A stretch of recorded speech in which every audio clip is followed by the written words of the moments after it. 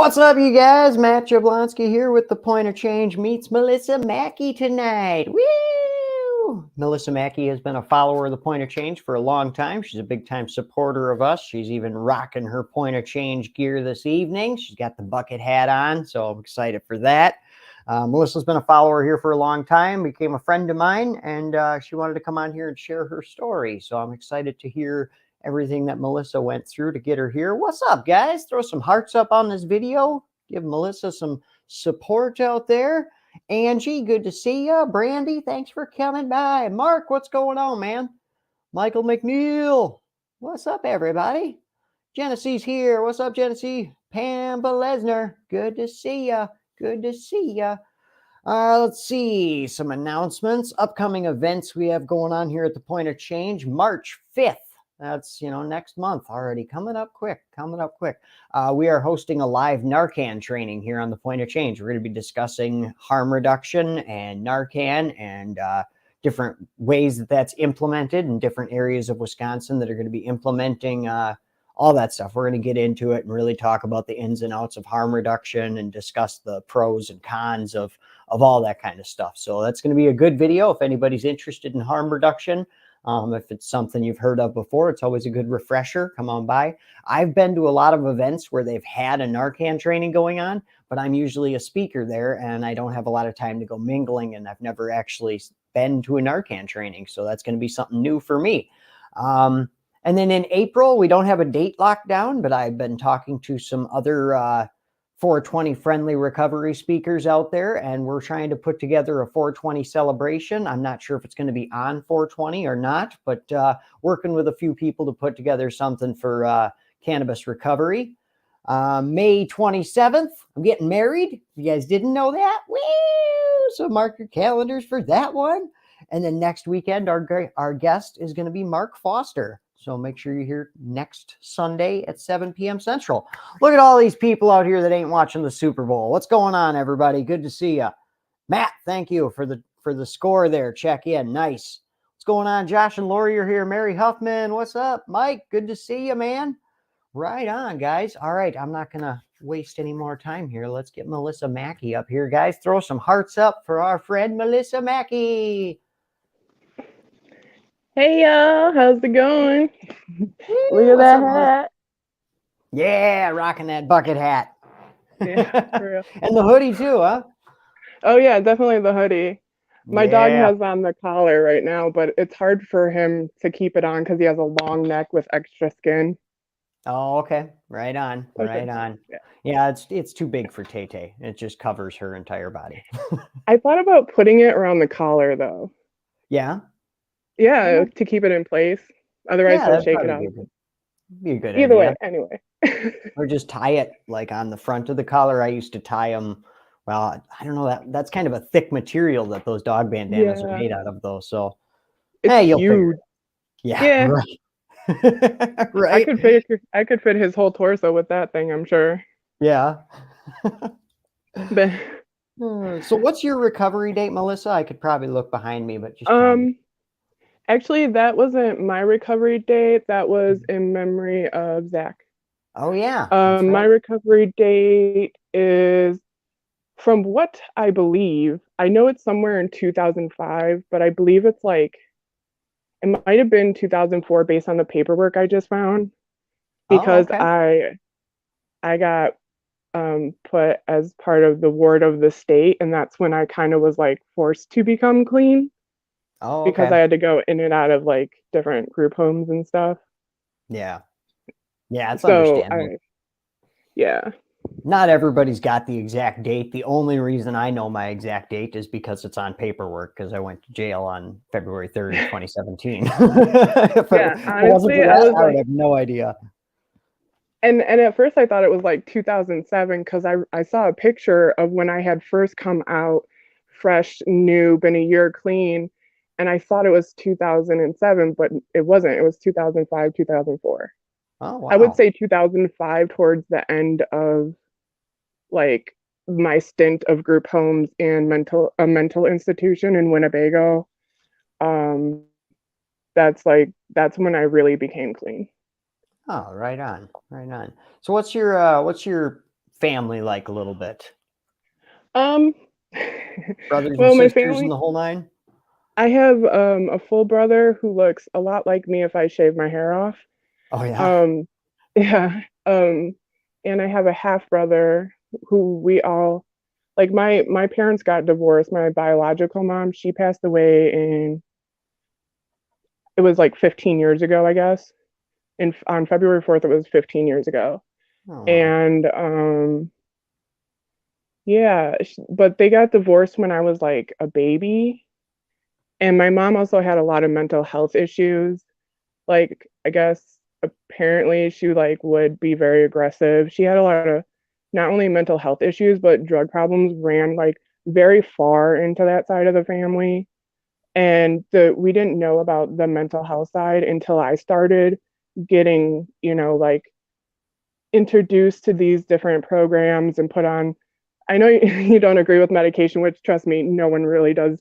But I mean, I have to because otherwise I get very angry and I don't know what I'm doing. Well, right on. So kind of have to. Yeah. Nobody wants an angry Melissa. Yeah, yeah. Well, medication is just it's a no for me, but I totally am a Yeah, supporter of other people. If you got to take care of what you got yeah. to take care of, you know?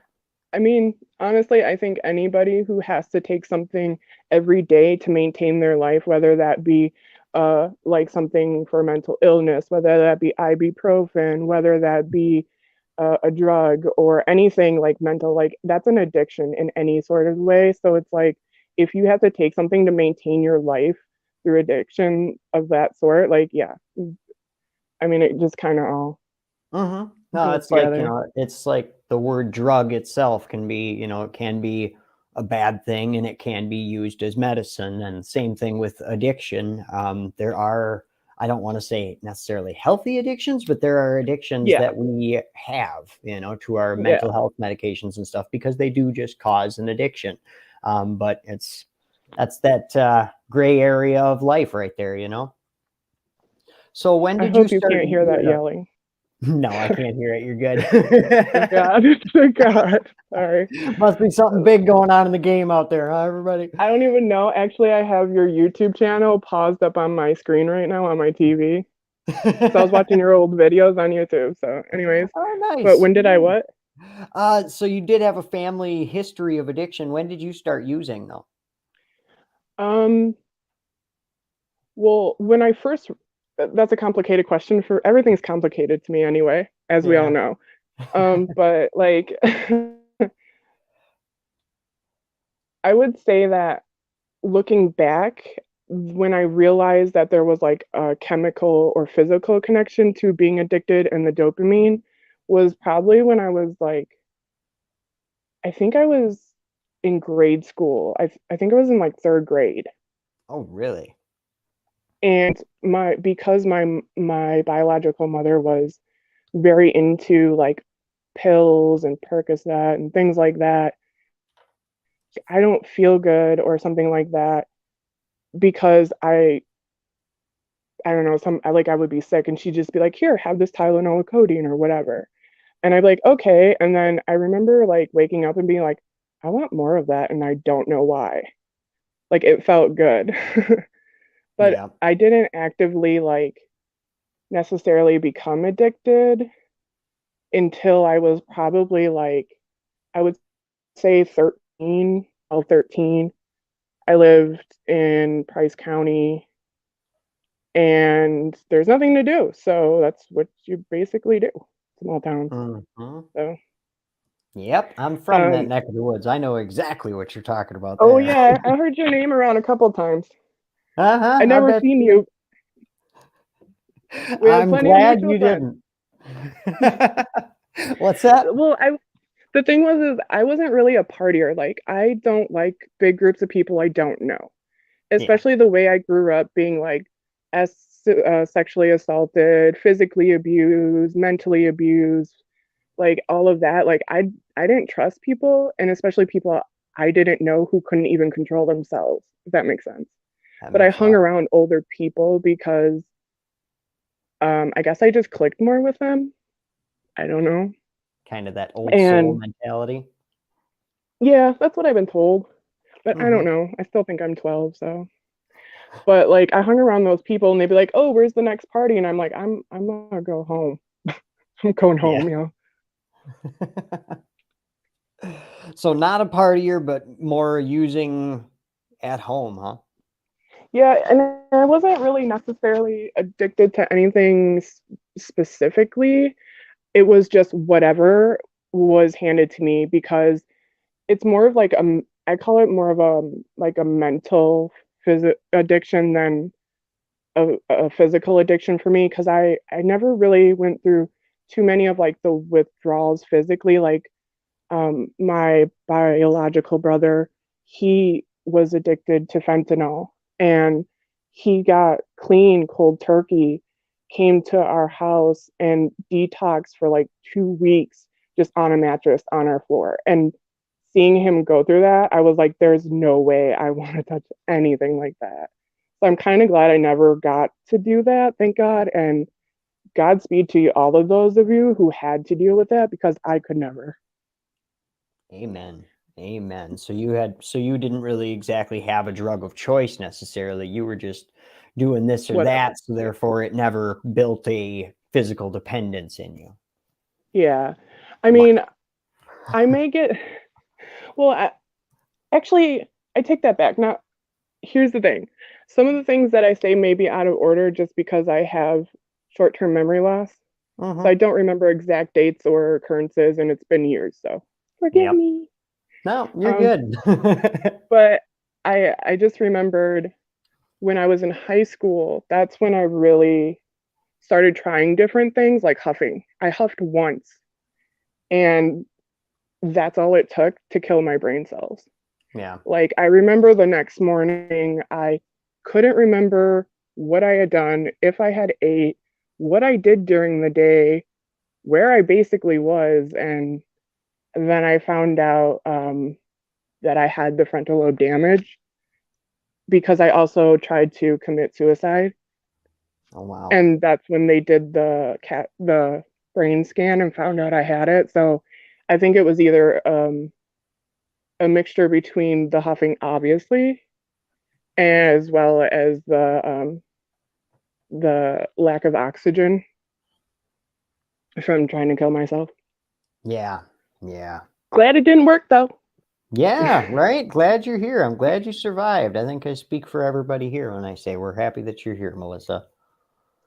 So you spent so like third grade, you would had already been doing enough prescription pills and stuff like that to already notice a change and to notice that you were starting to feel dependent. How so and then till like 2004, 2005 you were using, huh? Yeah.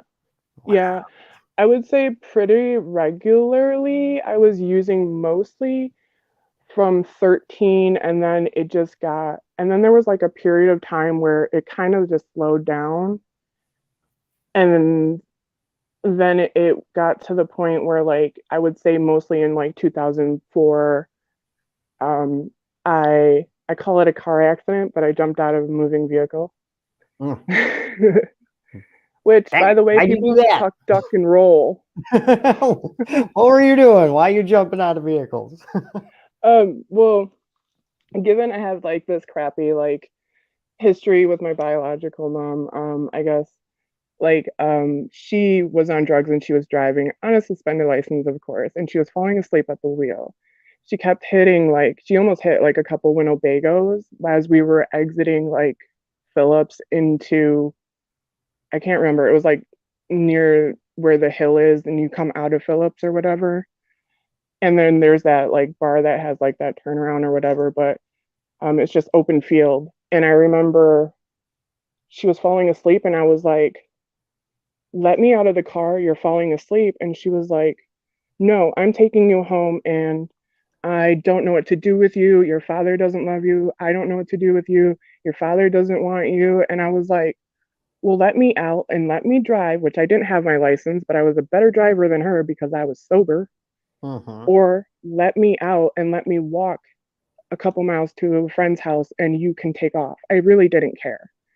Because when you're told that for so long and such crappy things in your life for so long and over again, you start to believe it. even though in the back of your mind you logically know it's not true. Mm-hmm. And she was like, no, I am taking you home and I'm going to call your father. And I'm like, well, that doesn't make any fucking sense because he doesn't want me apparently. But I was like, well, if you're not going to let me out, then I'm going to jump out. And she didn't look at me because she was just really drugged up. She was no emotion whatsoever. She just kept like driving. She was going 45, 55 miles an hour based on the police reports. And she said, if you want to, go ahead. Didn't even stare at me. And I was like, wow, she really doesn't care. Okay, well, either I jump out, I die at that point, I didn't care, or I live and I walk to my friends and figure something out. And so I opened the door and I waited for her to say something, to look at me, to say something, to give any acknowledgement that she gave a crap. And she just didn't. And because she was going 45, 50 miles an hour, the door slammed back in my face. And when she didn't say anything from there, I was like, wow, she really doesn't care. So I laughed because in adrenaline mode, you think of the stupidest shit that makes no sense afterwards. Does that make sense? Mm-hmm. Mm-hmm. I was like, I had like half sandals on, and I was like, oh, it doesn't look like we're going that fast as I opened the door back up. And I was like, maybe I can Flintstone this. Didn't work. No, not at all. Nope. No, down you went. I Yeah. rolled about. She drove off and went home, apparently. So she didn't even stop. It was actually, sorry, my mic fell out. It was one of Oh, my brother's friends, whose parents stopped because they thought originally I was a deer that got hit by a car. wow. And they didn't realize it until after they passed me because when I jumped out, I blacked out because my head hit the pavement. And then I rolled into the gravel and into the grass about 45 feet. And I remember just sitting up and being like, okay, I'm alive. I didn't feel anything. I didn't know how bad I was. And I remember just thinking, I have to get up because if I don't, I'm going to fall asleep and I'm going to die. And my stupid logic was, I'm going to walk 5 miles to my friend's house, not realizing I had 95% of road rash all over my face. My, like, this whole side of my face was, you couldn't see any of it. It was very unrecognizable. Wow. And I was like, I didn't realize how bad I looked. So my thought was, oh, I'm just going to go walk to my friend's house, like for 5 miles. But I got up and I walked the 45 feet back to the side of the road and I couldn't walk anymore physically, so I just sat there. And that's when I found out that somebody stopped and they had called 911. And I remember the lady called. She was holding me because I sat down because my ankle was really swollen, and her husband was there who looked like Ned Flanders. I was like, Ned Flanders, what you doing here? I thought it was my adrenaline. It was not. He actually looked like Ned Flanders. And he was like, everything's gonna be okay. And she was like, we're gonna call you an ambulance. And I just busted out crying because I was like, I can't afford an ambulance. Like that was my first thought. I don't know why. Wow, And then I that's remember the generally cop. people's thought. Yeah, I was just like, I can't, like, I can't afford this. I don't know what I'm gonna do. I was just like, no, don't give an ambulance. So the cop came by the time, and like until the ambulance got there so they could make the report or whatever, because they had to ask me, like they were asking me in the ambulance when the ambulance came, like where my mom lived, where she was, if she pushed me out, because they thought she pushed me out, and I was like, no. But I also regret this, but I didn't tell them that she was on drugs. And I Yeah. didn't tell them why, because the cop was like, well, why did you do that? Why did you jump out? And I was like, because I just tried to kill myself. And he's like, well, why would you do that? And I told him what she was saying to me And he said, well, if my parents said that, I probably would feel the same way. But I didn't say anything about her being on drugs. Also, I'm pretty sure they probably already knew because she has a rap sheet. Mm-hmm. And they've dealt with her many a times before. Yeah. So I guess the cops went and got her when I gave them the information through the ambulance. And then they were going to discharge me. Like, I had no broken bones. I just was in a wheelchair for like maybe 2 weeks because surprisingly, just the only thing that happened was the road rash, obviously. And then just my left ankle had swollen up really bad, so I couldn't physically walk. But I remember they were like, in the hospital, they were like, oh, well, we're going to discharge you and just, wake up every 2 hours or so to make sure you don't die or go into a coma and die. And they acted like I was going to go home. So I was like, cool, I'm tired. I want to go home.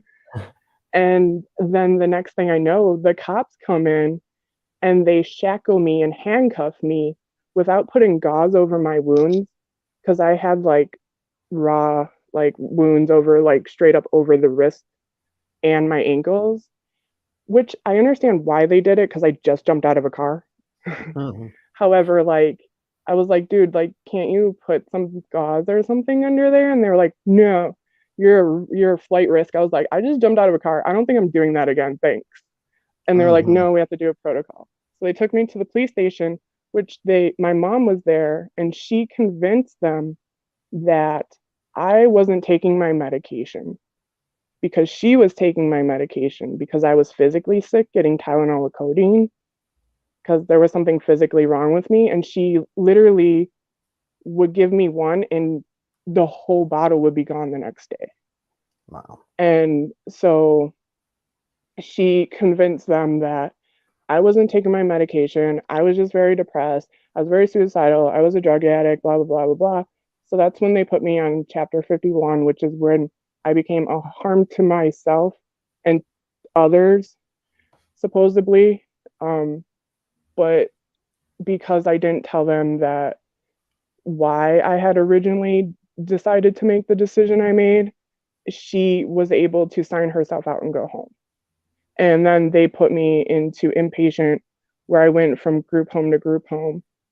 And that was actually when I was looking back at the paperwork, that day that happened was my 19th birthday.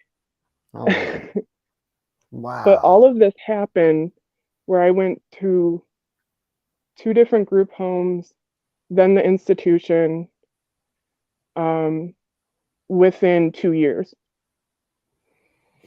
Wow. So it was like back to back to back. That's crazy. What a hell of a run there. Oh, there's so much more. Yeah, we ain't done yet, right? Dang, this is already a 24-minute live, y'all. Hey, we're doing good. We're doing good. Lots of love coming over for you here. Dana, Angie, Genesee. Thanks, Genesee says, y'all. which institution? Says Genesee.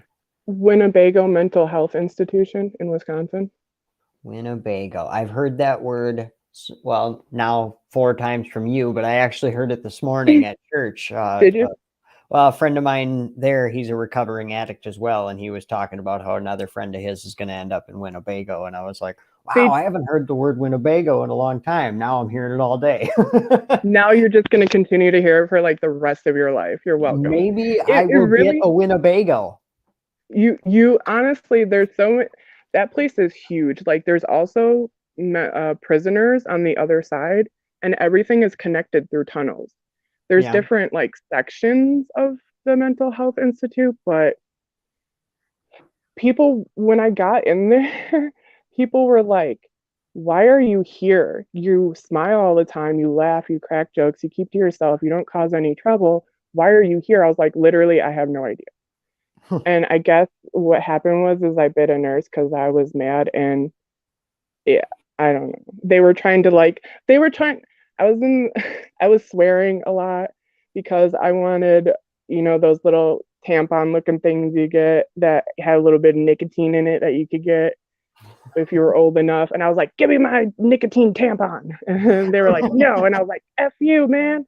And they were like, if you keep swearing, we're gonna have to hold you down and give you the booty juice. And I was like, F you, dude. So I got angry. And I thought it was a cop because Oh no, she froze up. Melissa, come back. Come let me back. see what chat. Oh, back. We're back. Okay. There you But are. like You're back. yeah, I heard the police coming because I was banging on everything, and I ran down the hall, went into the day room, shoved a couch behind the door, and just held on to the bolted table in there.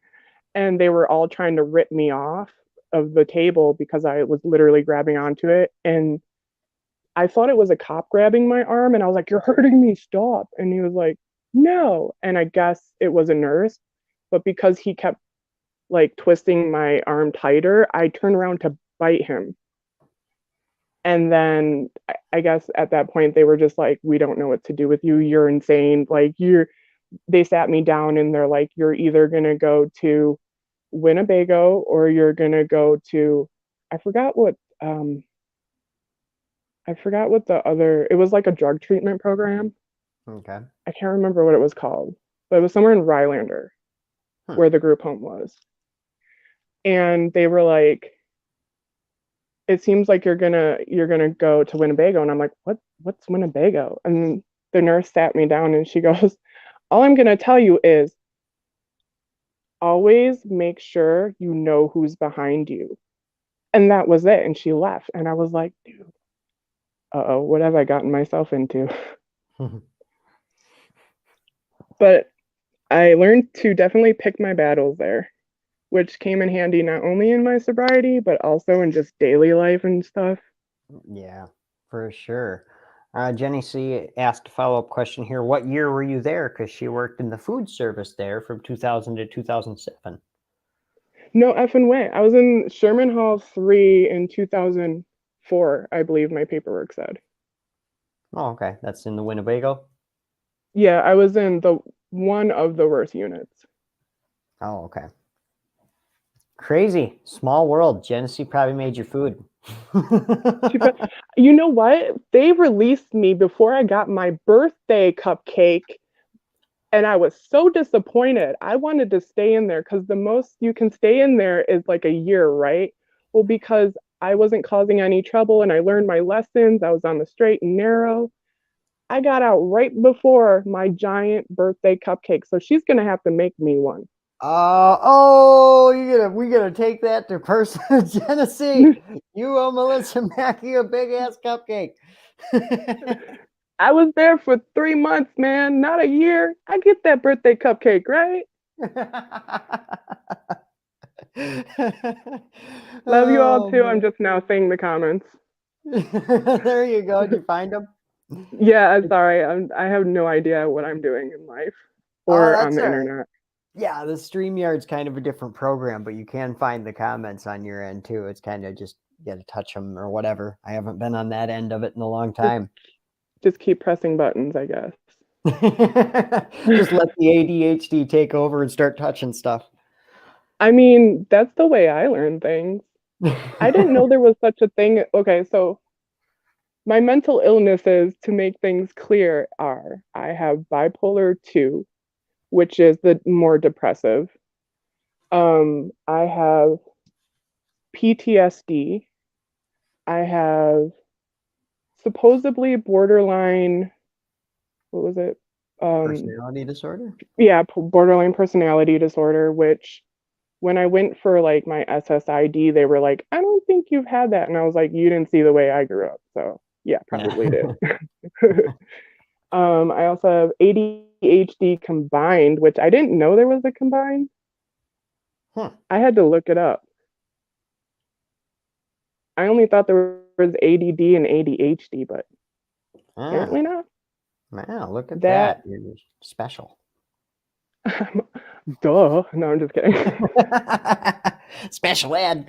They don't allow me on the small bus. They allow me with a helmet on top of the bus. But I get a helmet That looks like this, so I'm good. There you go. The bucket hat doubles as a helmet. It No, it does. doesn't. I don't want to. I don't want anybody to try riding a bike with Not it or sponsored. something. Don't try this Dude, at home. they'll be like, Your Honor, the guy on Facebook clearly stated that this was a helmet. She even shoved her head against the wall and said she was fine. So, But what has been your biggest obstacle in your road to getting better? my biggest obstacle? Yeah, what's something that sticks Myself. out? Yeah, that's a good one. Honestly, it's always myself. I make things worse than they need to be, or I know that they will be. Like my logical side and my like irrational side are there, but sometimes the logical side doesn't take over, and just the fear of everything just takes over. Mm-hmm. I mean, in the beginning when I was trying to like, because I was forced into like AODA, AA, NA outpatient programs. I finally was like, if I'm gonna tell people things that they would want to do to help with their sobriety, I don't want to be the person who's doing these things and then giving crap advice. Because I would go to outpatient and we would have a cigarette break. And I would hear these kids talk about, oh yeah, I just got stoned the other day, man. Or like, oh yeah, I had this rocking party. And then we would go in and have this get together, and they would be like, oh, so what do you do to stay sober? What do you do this week to stay sober? And they were like, well, I did this to stay sober, color in a coloring book, talk to people. And I was like, fuck you, dude. Fuck you. We've No, all met that's those not how guys. that works. I got in a screaming fight with somebody, and they actually, my parents were in the other room because they have a parents' night on the same night, and the Yeah. walls were right next to each other. So my parents heard me screaming at a kid, and they pulled him out into the hallway. But I would say my biggest obstacle would be just mostly myself, in my own head, I would say. Yeah. That's a good one. That's a good one. Overcoming yourself, man. It's I don't think that's honestly, I don't think it's possible to overcome yourself. I think it's possible to live with yourself. Amen. Because I know I was watching, I can't remember if it was one of the YouTube videos or whatever of your 6 years or whatever. Oh. And or was your story, your recent story that you went more into depth about, and you said that you like your point of getting clean, like you constantly remind yourself that you're going to be on this path and that you need to do these things, but in the back of your head you're constantly like here, Mm-hmm. but like you're trying to stay forward. And I remember you said something like that, but I'm wondering, like, after so many years, does that really go away? Because I'm not sure if it's just like I don't think about it as much anymore. I mean, it's been, I don't even know how many, like over a decade I've been clean, because I poke smart every once in a great while, because this hat doesn't give it away. It's a stoner hat for sure. It definitely is. I'm not a stoner, okay, man? I just fuck you, man. I'm not a stoner. I am a stoner, but I'm not. I'm gonna be a stoner, but I'm not a stoner.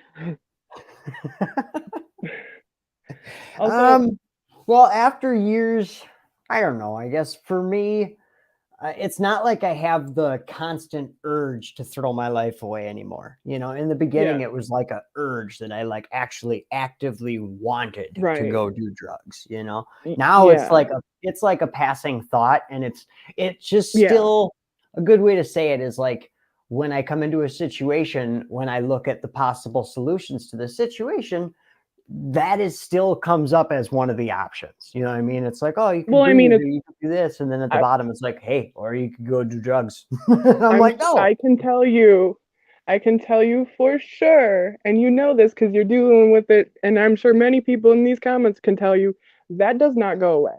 Yeah. It will always be a thought. However, Mm-hmm. how obsessive the thought is, or how you handle that thought, or how intense that feeling is to go impulsively do that action, it dissipates actually, like to where it's very few and far in between. Because I think I messaged you one time and I was like, I locked myself in the bathroom and I was just like physically just like cringing, like I wish I had drugs today. Like some days I'm like, you know what, I really wish I fucking had did drugs, but I'm not that person anymore, so I can't. But it's a nice thought. And I remember messaging you being like, do you still have like the cringing like feeling sometimes? And I don't know if that's really physical, it's more mental to physical. But Yeah. I just remember I locked the door and I was like, does it ever go away? And you're like, I don't think so. Hate to tell you this, but it's always there. You'll always have that option of things you could go do. But Oh. however though, like at least though, like it's every once in a blue moon now. Like you Hmm. don't think about it as actively. Yeah. And it's still, and it's like I said, it's like one of the thoughts, but it's not like the first thought that comes in, Yeah. like when a situation Like arises and I the think of a second solution. and a half or third. No, I'm just kidding. It comes down like, answers A, B, and C are good, but D and E are go do drugs and kill yourself. All the above. It'll still cross your mind, but thoughts without action are a beautiful thing. We don't have to do the ideas that crop up in our head, you know?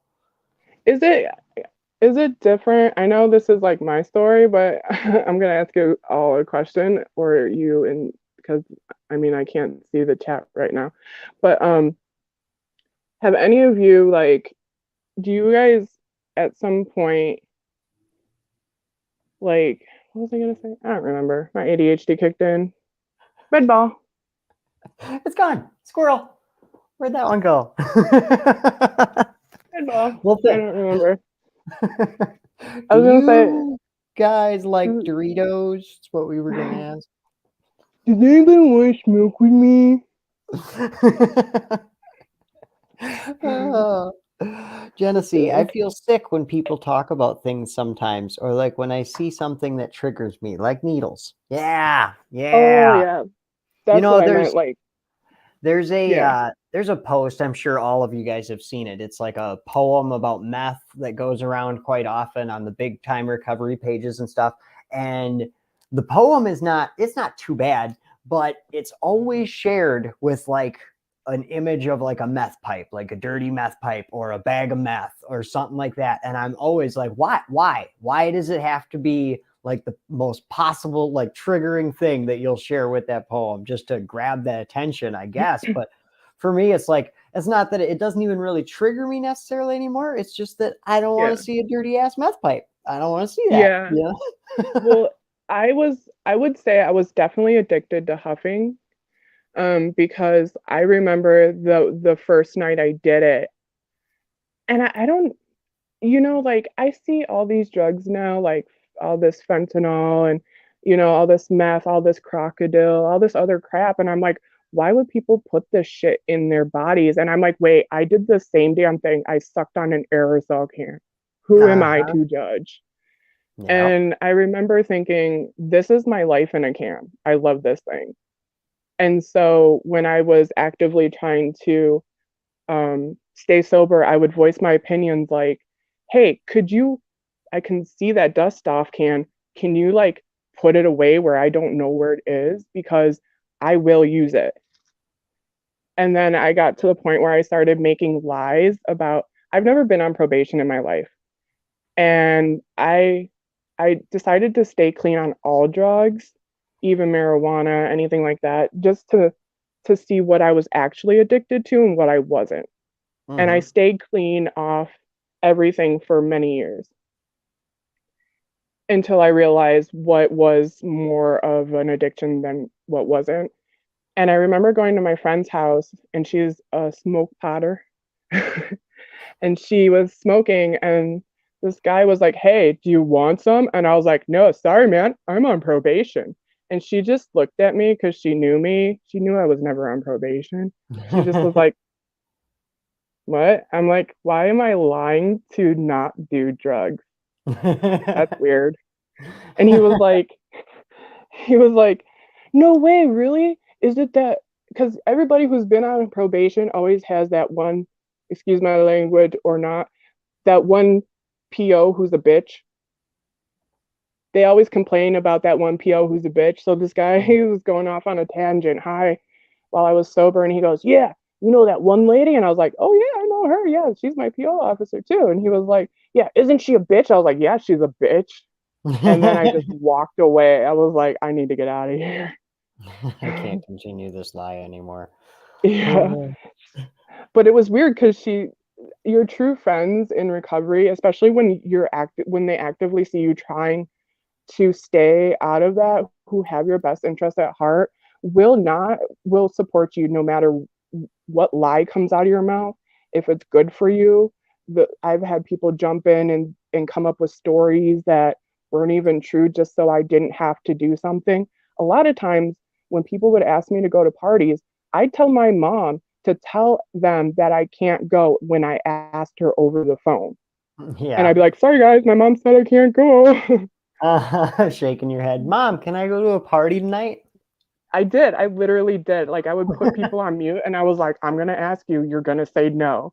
And she would get angry. She would get the angry voice and she'd be like, "No, you can't go. You didn't do the dishes." And I'm like, "I'm sorry, guys. I can't go out and party today." Oh, you asshole, making your mom look like a bitch. She didn't care. She was like, "I'll do it. Heck yeah." Her was It like, also helps damn, you get it. It comes in Melissa's mom is handy. mean. My stepmom. And Uh, oh man. Well, do you got any words of advice for anybody who's been through or going through something that is similar to what you've been through? Damn it. Damn it. I'm talking to a frozen cloud over here. I have no she didn't hear a word of that. She had no idea what I'm talking about. I'm just all blurred out over there. There she is. I heard Hey! it. I I I accidentally locked my stupid phone screen that's cracked. My bad. I heard you fading out and I was like, "No." Words of advice for I For would anybody say, who's going through what you've been through. well, I don't know what that means though. Like I would say people who are new to recovery because I used to self-harm too. Um like no matter addiction is addiction no matter what it is, and that's just plain and simple. But people who are new and actively want to take things seriously, I would say watch who you surround yourself with, because the people who you know are lying will only pull you down, especially into like that active addiction brain still going on, and that actual like physical like wanting to do it kind of thing. It will pull you down very quickly. So, and if you don't have people like that, so find it. Whether it's, I used to talk to strangers online because I Mhm. thought talking to strangers online was better, because then they don't know who I am. I don't have to see them down the street. And Mhm. for people who are in longer term addiction, I would say don't get used to the norm, because when you get to used to the norm like that, you'll come to a point where you just plateau. And at some point you get very like, at first you get very, well, for me anyway, I was like, I'm actually kind of glad that nothing happened that's drama in my life or related in my life to any kind of toxicity or anything. But eventually you get used to that level of nothingness happening, that you eventually have to start pushing yourself into the better in the future. And I would say thinking of the future is scary when you're used to just thinking of it second by second. And my biggest thing I learned was, one, pick your battles. Learn when to pick your battles. And two, I would say,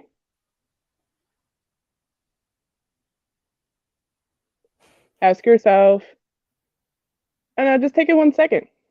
I would say pick your battles and take it 1 second at a time, because that doesn't change no matter if you're in early addiction, if you're in addiction now, if you're in addiction later on in life, if you go back into it, just take it 1 second at a time, because you will relapse eventually.